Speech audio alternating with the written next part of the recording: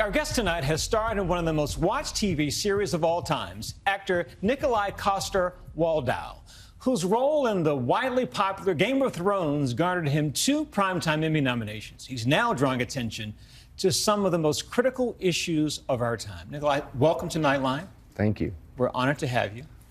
Before we talk about this dynamic series you're a part of now, I want to talk about that project you did that finished up about 5 years ago. For fans of Game of Thrones, what do you miss most about playing Jaime Lannister? Well, what I miss the most is the people I worked with for 10 years. I mean, we had such an amazing group of people, colleagues in front and behind the camera, and I do miss that. The character was a fantastic character. In your business, can you ever recapture that kind of thing? I mean, that was an incredibly popular show. No, I mean, and you should. I don't think you should try to. I mean, I think we always try. Every time you do a show, you think this is going to be the greatest thing ever. It's that's magic sauce, whatever it is. Right. But you know, every time I do something, I feel that is what I love the most. I want to talk to you about your new TV series, An Optimist Guide to the Planet. But first, let's take a look at a clip. Wow. One single kick is enough to bring down a lion. Oh, really? Yeah. There's just something about this that it's so powerful, and it feels so right. And then you have the wildebeest. Most of them are pregnant, almost giving birth. I literally have to pinch myself. One of the things I loved about the show it's beautiful. I mean, it's breathtakingly beautiful, the places that you take us. Yeah.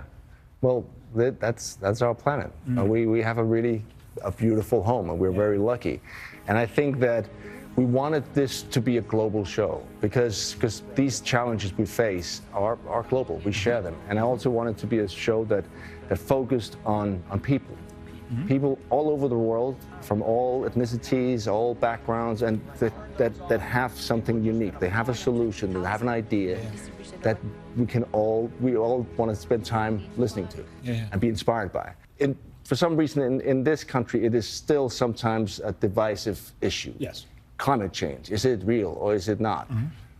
I think that's a very local American discussion, because everywhere we travel around the world, it wasn't a discussion. It's like, yes, climate change is happening. We can see it. One of the things I appreciate about this series that you work on is that there is an optimistic spirit, because so often when we talk about climate change or the environment, it's like... So we're very good at telling the story of what will happen if we don't act when it comes to climate change. But we forget to tell the story of actually a lot of things are happening, and it's happening all over the world, and it's incredibly inspiring. You spent time at a New York school today. Why? And tell me about it. Well, because in a few years, they'll be the ones that hopefully will come up with the solutions, the better solutions. I wanted to know how they felt about it. Are they as pessimistic as the numbers would indicate?